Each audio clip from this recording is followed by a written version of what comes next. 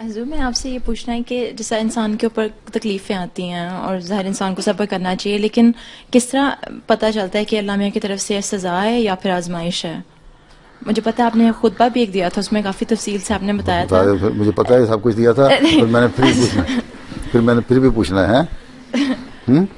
جی حضور، یعنی کہ جب کوئی تکلیف آتی ہے تو سوال انسان یہ ہے سوچتا ہے کہ میں کہ نے آزمائش ہے. جی اگر تو اللہ تعالیٰ پہ یقین ہے جی اور یہ یقین ہے کہ اللہ تعالیٰ ہر آزمائش کا بدلہ دیتا ہے، جی ٹھیک ہے، تو پھر ظاہر ہے کہ وہ اس تکلیف کو اللہ تعالیٰ کی طرف سے ایک آزمائش سمجھا جائے گا.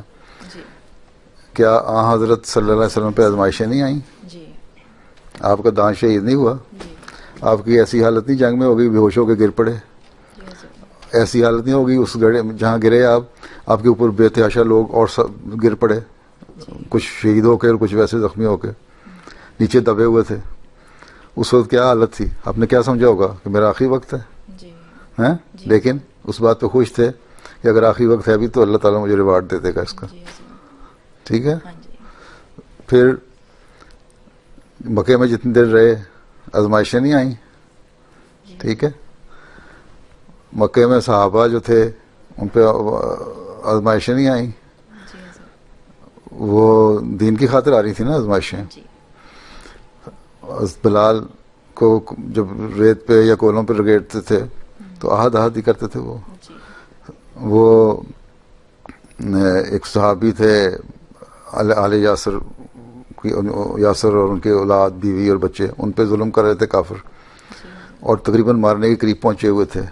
آن صلی اللہ نے فرمایا تم صبر کرو کیونکہ یہ جو تمہیں تکلیف دی جا رہی ہے جی اس سے تمہیں اللہ تعالیٰ تمہیں ایک جنت میں گھر دینے والا ہے. جی اور پھر انہوں نے نیزہ مارا، ان کو مار بھی دیا، ان کی بیوی کو جی بڑی بری طرح غلط رنگ میں کر کے. تو یہ تکلیفیں آتی ہیں. حضرت مسیح علیہ السلام کو مختلف مقدمات میں گھسیٹا گیا، تکلیفیں دی گئیں، راستے بند کیے گئے، ٹھیک ہے. جی حضور. پھر بیماریاں بھی آئیں آپ کو، جی وسلم کو بھی بخار اور بیماریاں آئیں، جی ٹھیک ہے.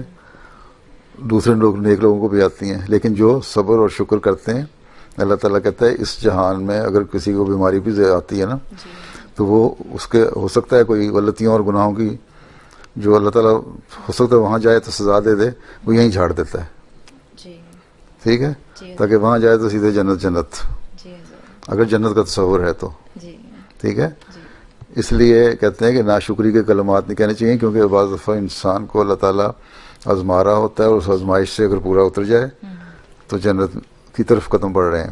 اگر ناشکری ہو جائے جی تو ہو سکتا ہے دوبارہ یہاں تو بھی آزمائے گا، وہاں جا کے پھر تھوڑے سا آزمائے جاؤ.